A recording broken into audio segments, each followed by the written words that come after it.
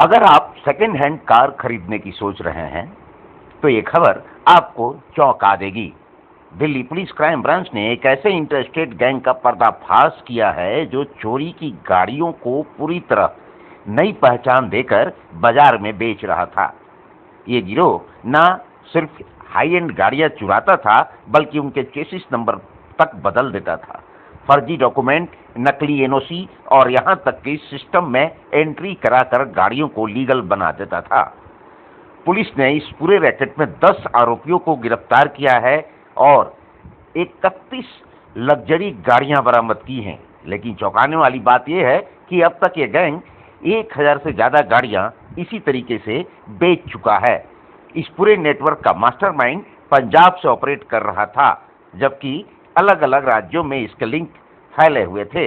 अब सुनिए इस पूरे ऑपरेशन के बारे में DCP crime branch Aditya Gautam क्या कहते हैं।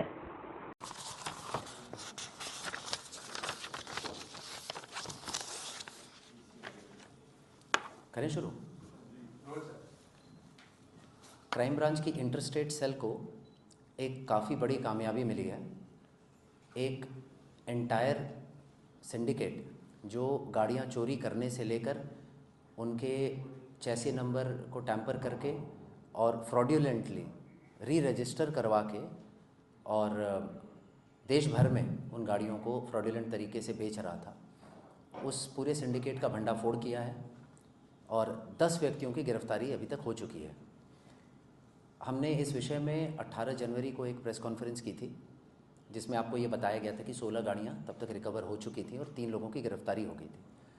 उसी को आगे बढ़ाते हुए अभी तक हमने टोटल 31 हाई एंड व्हीकल्स की रिकवरी कर ली है और जैसा मैंने अभी बताया 10 लोगों की गिरफ्तारी इसमें हो चुकी है, जो कि बहुत ही बड़े लेवल पे चोरी की हुई गाड़ियों को रिसीव करना, उनके चैसी नंबर को टैंपर करना और फ्रॉड्यूलेंटली उनको अथॉरिटी से रजिस्टर करवाना और करवा के फिर आगे बेचने का काम कर रहे थे।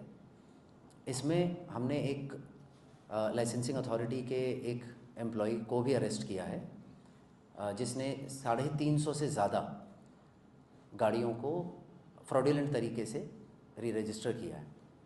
हमारी इस गिरफ्तारी के बाद कंसर्न्ड लाइसेंसिंग अथॉरिटी ने स्ट्रिक्ट एक्शन लेते हुए और 1000 से भी ज़्यादा जो फर्जी तरीके से रजिस्ट्रेशन हुई थी गाड़ियों की, उनको ब्लैकलिस्ट किया है।